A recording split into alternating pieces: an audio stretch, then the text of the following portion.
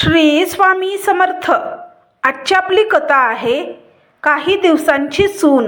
घरात हशा पिकला होता. अगं शर्वरी, किती छान पोहे केलेस, अगदी हाताला चव आहे तुझ्या. शारदाबाई आनंदाने म्हणाल्या.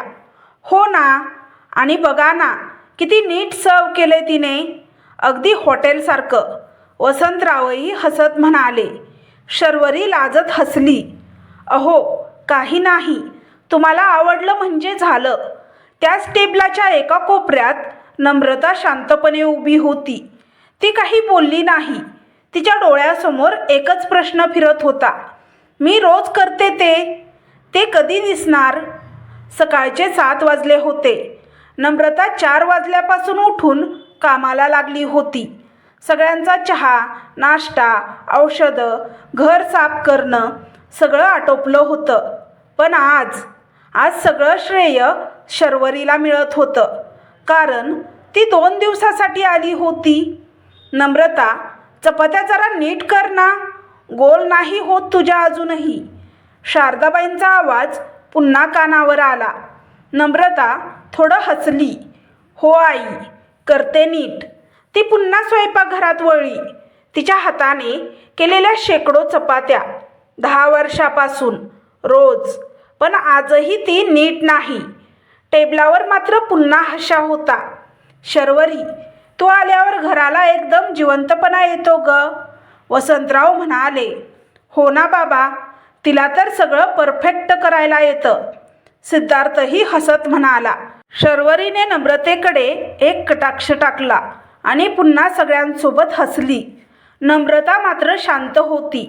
तिच्या मनात एकच विचार होता, 10 वर्ष आणि अजूनही मी परफेक्ट नाही. त्या दिवशी दुपारी शर्वरीने सगळ्यांसाठी खास पुलाव केला. टेबल सजवलं, सगळ्यांना प्रेमाने वाढलं. वा, आज तर 5 स्टार हॉटेल वाटतंय, शारदाबाई खुश होऊन म्हणाल्या. नम्रता बाजूला उभी होती. तिला आठवलं, काही दिवसापूर्वी तिनेही पुलाव केला होता. खूप छान झाला होता, पण तेव्हा फक्त एकच वाक्य ऐकायला मिळालं होतं, मीठ कमी झालंय. संध्याकाळी नम्रता कपडे वाळत घातलेले काढत होती. आतून पुन्हा हसण्याचा आवाज येत होता. ती थोडा वेळ थांबली. आत डोकावून पाहिलं. शर्वरी शारदाबाईंच्या जवळ बसली होती. त्यांच्या हाताला तेल लावत होती. अगं किती गोड आहेस तू, शारदाबाई म्हणाल्या. तू असतेस ना तर आम्हाला काहीच काळजी वाटत नाही. नम्रतेच्या हातातून एक कपडा खाली पडला. तिने तो उचलला आणि शांतपणे पुन्हा कामाला लागली. त्या रात्री नम्रता झोपायला गेली तेव्हा अर्जुन आधीच बेडवर होता. काय झालं, अर्जुनने विचारलं. नम्रता थोडा वेळ शांत राहिली. मग हळू आवाजात म्हणाली, तुला काही जाणवत नाही का? अर्जुन चकित झाला. काय? नम्रतेच्या डोळ्यात पाणी आलं. मी 10 वर्ष या घरासाठी करते, पण एकदाही कुणी म्हणालं नाही की छान केलंस. ती थोडा वेळ थांबली. आणि शर्वरी 2 दिवस येते आणि सगळ्यांची लाडकी बनते. अर्जुन काही क्षण शांत राहिला.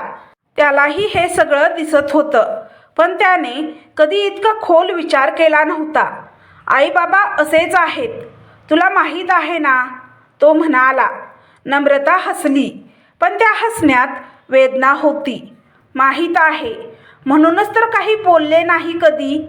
ती उठली. पण कधी कधी वाटतं मी काही कमी करते का?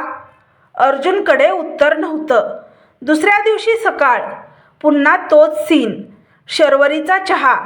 वा, नम्रतेचा चहा थोडा कडक आहे. नम्रता आज जास्त शांत होती. ती फक्त काम करत होती. तेवढ्यात शर्वरीने एक सुंदर गिफ्ट काढलं. आई, हे तुमच्यासाठी. शारदाबाईंचे डोळे चमकले. अगं किती छान आहे ग.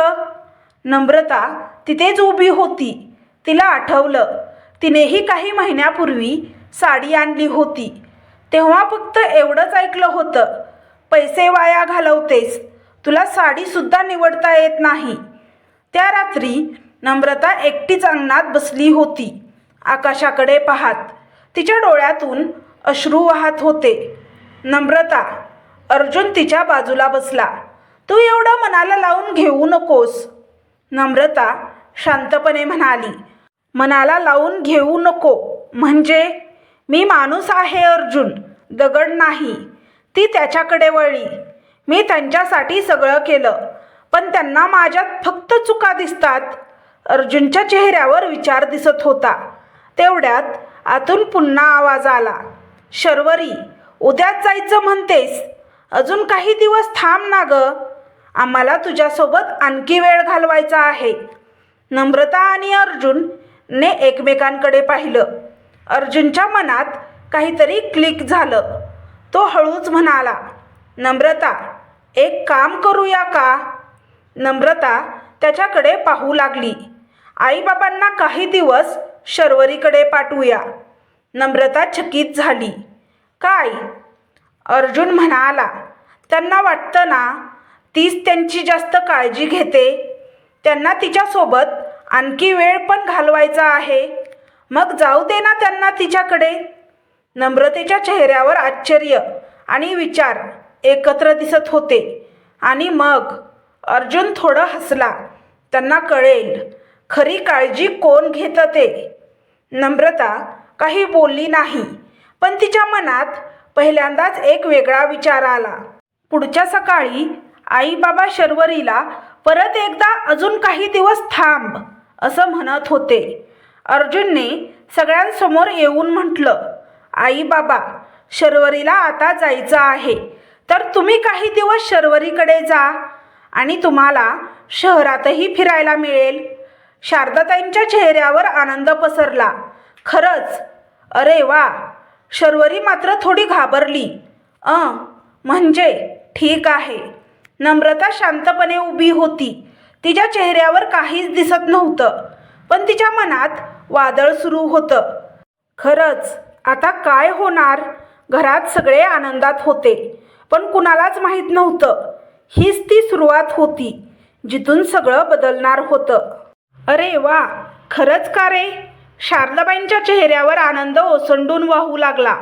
हो ना अर्जुन, आम्ही तर कित्येक दिवसापासून म्हणत होतो शर्वरीकडे शहरात जाऊन यायला पाहिजे. वसंतरावही उत्साहाने म्हणाले. शर्वरीने जबरदस्ती हसू चेहऱ्यावर आणलं. हो म्हणजे? या ना तुम्ही. पण तिच्या आवाजातली हलकीशी घाबरलेली कंपने नम्रतेच्या लक्षात आली.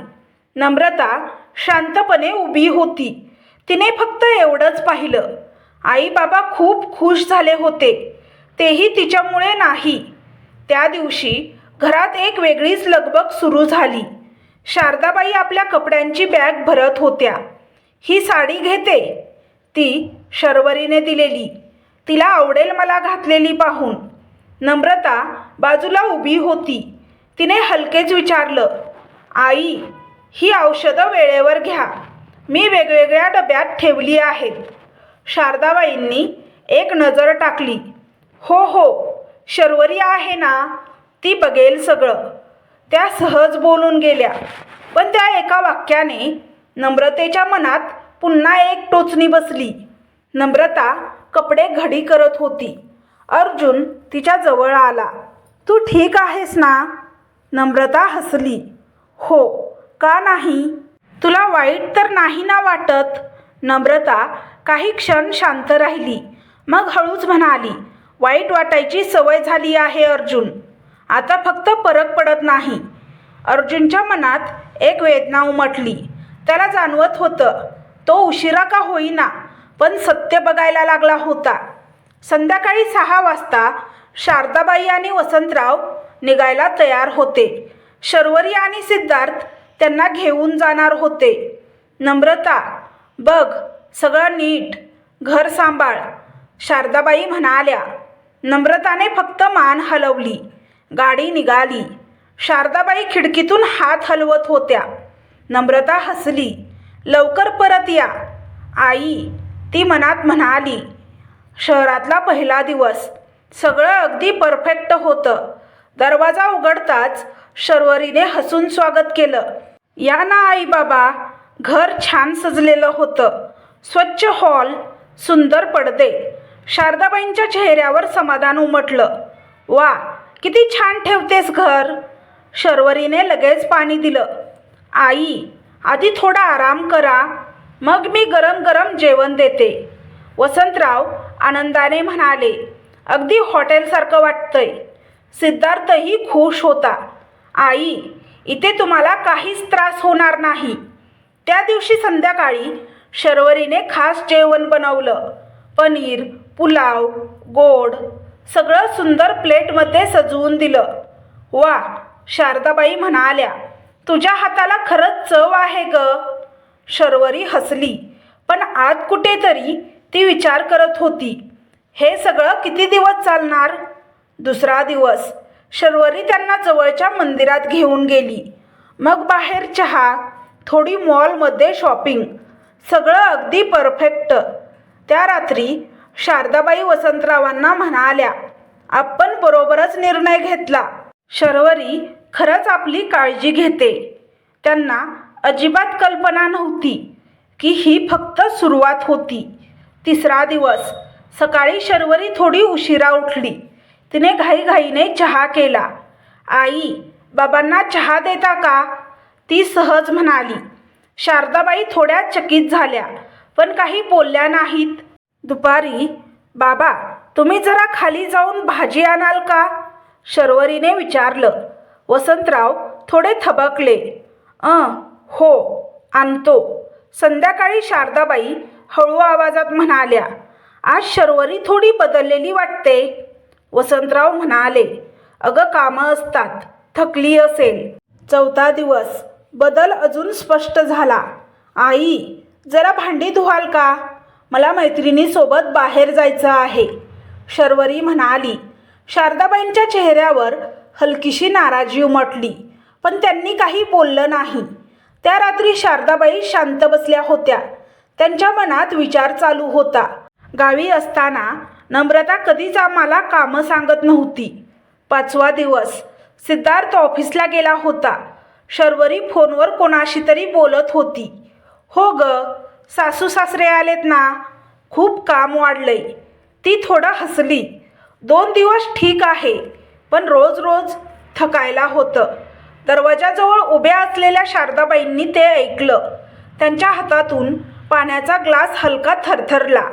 त्या शांतपणे मागे वळल्या, काहीच बोलल्या नाहीत. संध्याकाळी वसंतरावांना त्यांनी सगळं सांगितलं. दोघेही काही वेळ शांत बसले. आपण चुकीचं केलं का, शारदाबाई हळू आवाजात म्हणाल्या. वसंतरावांनी खोल श्वास घेतला. कदाचित आपण फक्त दिखाव्यांच्या गोष्टीवर विश्वास ठेवला. त्या रात्री दोघांनाही झोप लागली नाही. शारदाबाईंच्या डोळ्यासमोर नम्रता दिसत होती. सकाळी 4 वाजता उठलेली, औषधं देणारी, कधीही काही न बोलणारी. आणि त्यांनी स्वतःला विचारलं, आपण तिच्याशी काय केलं. दुसऱ्या दिवशी सकाळ, शर्वरीने पुन्हा आवाज दिला. आई, जरा झाडू मारता का, मी स्वयंपाक करत आहे. यावेळी मात्र शारदाबाईंनी काहीच उत्तर दिलं नाही. फक्त त्या शांतपणे बसून राहिल्या. त्यांच्या मनात एकच गोष्ट घुमत होती, नम्रता, तू किती सहन केलंस. रात्री सिद्धार्थ आणि शर्वरी हॉलमध्ये बोलत होते.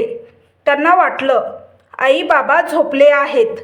शर्वरी चिडलेल्या आवाजात म्हणाली, सिद्धार्थ, मला नाही जमणार आता.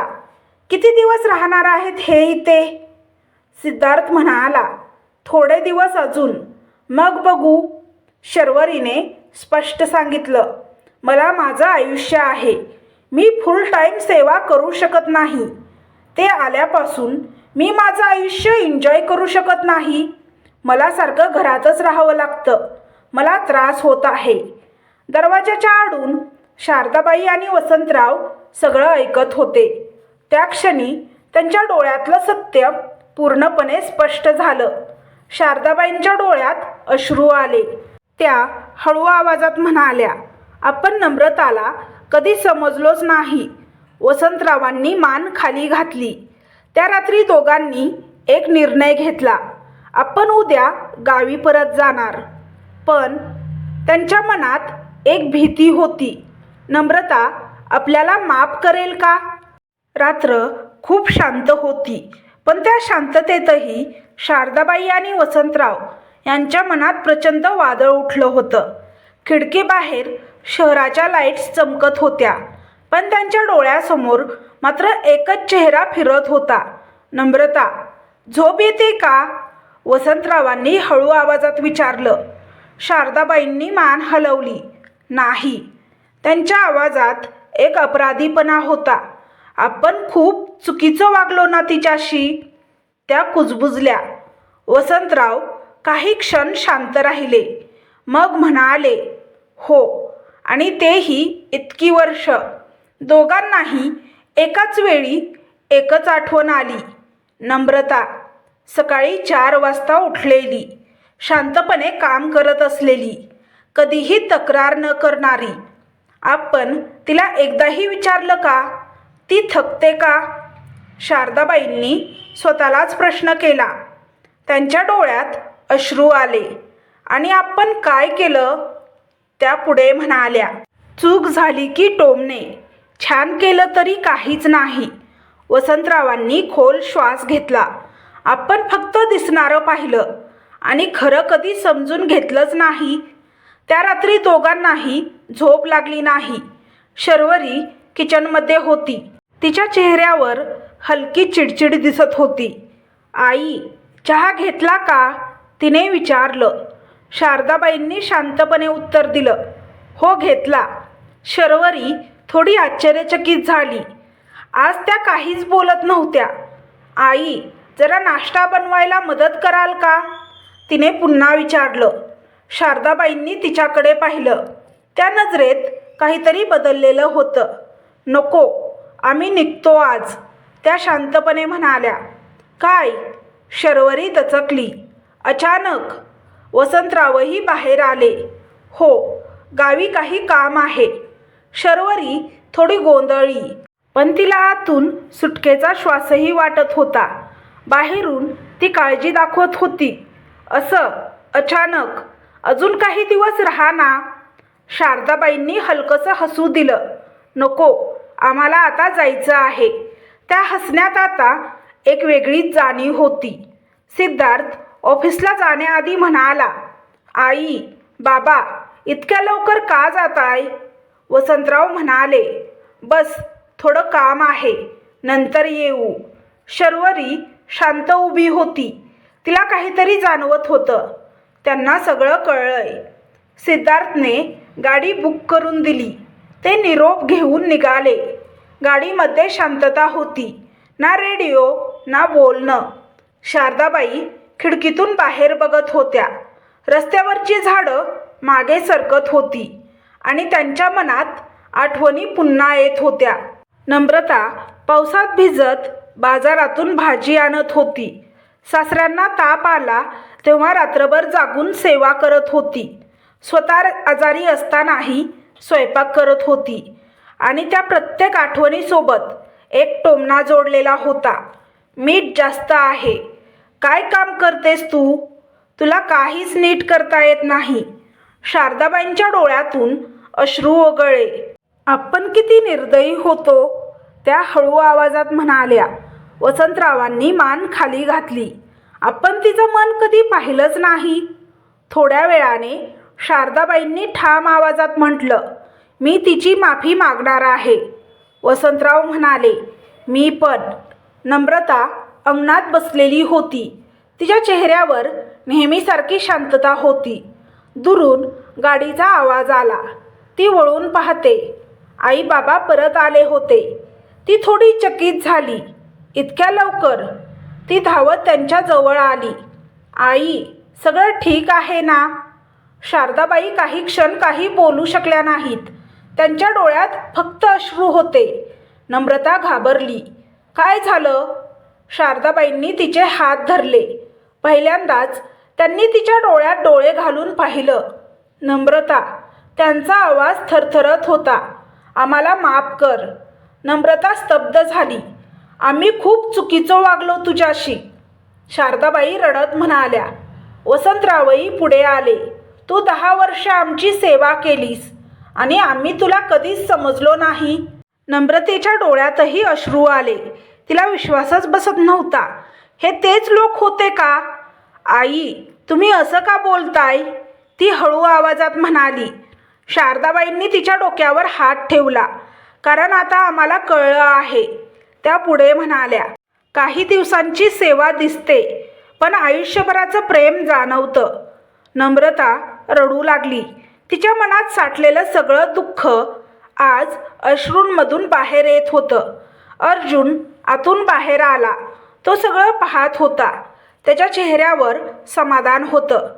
त्याने हळूच स्वतःशी म्हटलं, आता सगळं ठीक होईल. पण खरंच इतकं सगळं सहज ठीक होणार होतं का? कारण काही जखमा अशा असतात ज्या फक्त माफ कर म्हटल्यावर भरून येत नाहीत. आणि नम्रतेच्या मनात अजूनही एक प्रश्न होता. हे प्रेम खरंच आहे की फक्त अपराधीपण? घरात शांतता होती, पण त्या शांततेत एक नवीन सुरुवात लपलेली होती. घरात सगळं पूर्वीसारखंच होतं, पण तरीही काहीतरी बदललेलं होतं. शारदाबाई आता नम्रतेकडे वेगळ्या नजरेने पाहत होत्या. वसंतरावही तिच्या प्रत्येक छोट्या कामाकडे लक्ष देत होते. नम्रता मात्र अजूनही तशीच होती, शांत, संयमी, पण थोडी आतून दूर. सकाळ. नम्रता नेहमीप्रमाणे लवकर उठली. चहा केला, नाश्ता तयार केला. ती कप घेऊन हॉलमध्ये आली. आई, चहा. शारदाबाईंनी कप घेतला, एक घोट घेतला आणि काही क्षण थांबल्या. नम्रतेच्या मनात पुन्हा तोच विचार चमकून गेला. आता काय चूक काढणार? पण यावेळी शारदाबाईंनी हसत म्हटलं, खूप छान झालाय चहा. नम्रता थबकली. तिला वाटलं कदाचित तिने चुकीचं ऐकलं. खरंच खूप छान आहे, वसंतरावही म्हणाले. नम्रतेच्या डोळ्यात नकळत पाणी आलं. त्या एका वाक्यासाठी ती कित्येक वर्ष वाट पाहत होती. दिवस हळूहळू पुढे सरकत होते. आता घरात टोमणे कमी झाले होते आणि कौतुकाचे शब्द वाढत होते. एक दिवस नम्रता स्वयंपाक करत होती. शारदाबाई किचनमध्ये आल्या. मी मदत करू का? त्यांनी विचारलं. नम्रता चकित झाली. नको आई, मी करते. शारदाबाई तिच्याजवळ उभ्या राहिल्या. नम्रता, त्या हळू आवाजात म्हणाल्या, तू आम्हाला कधीच काम करायला लावलं नाहीस आणि आम्ही मात्र. त्यांचा आवाज अडखळला. नम्रता शांतपणे म्हणाली, आई, झालं गेलं विसरूया.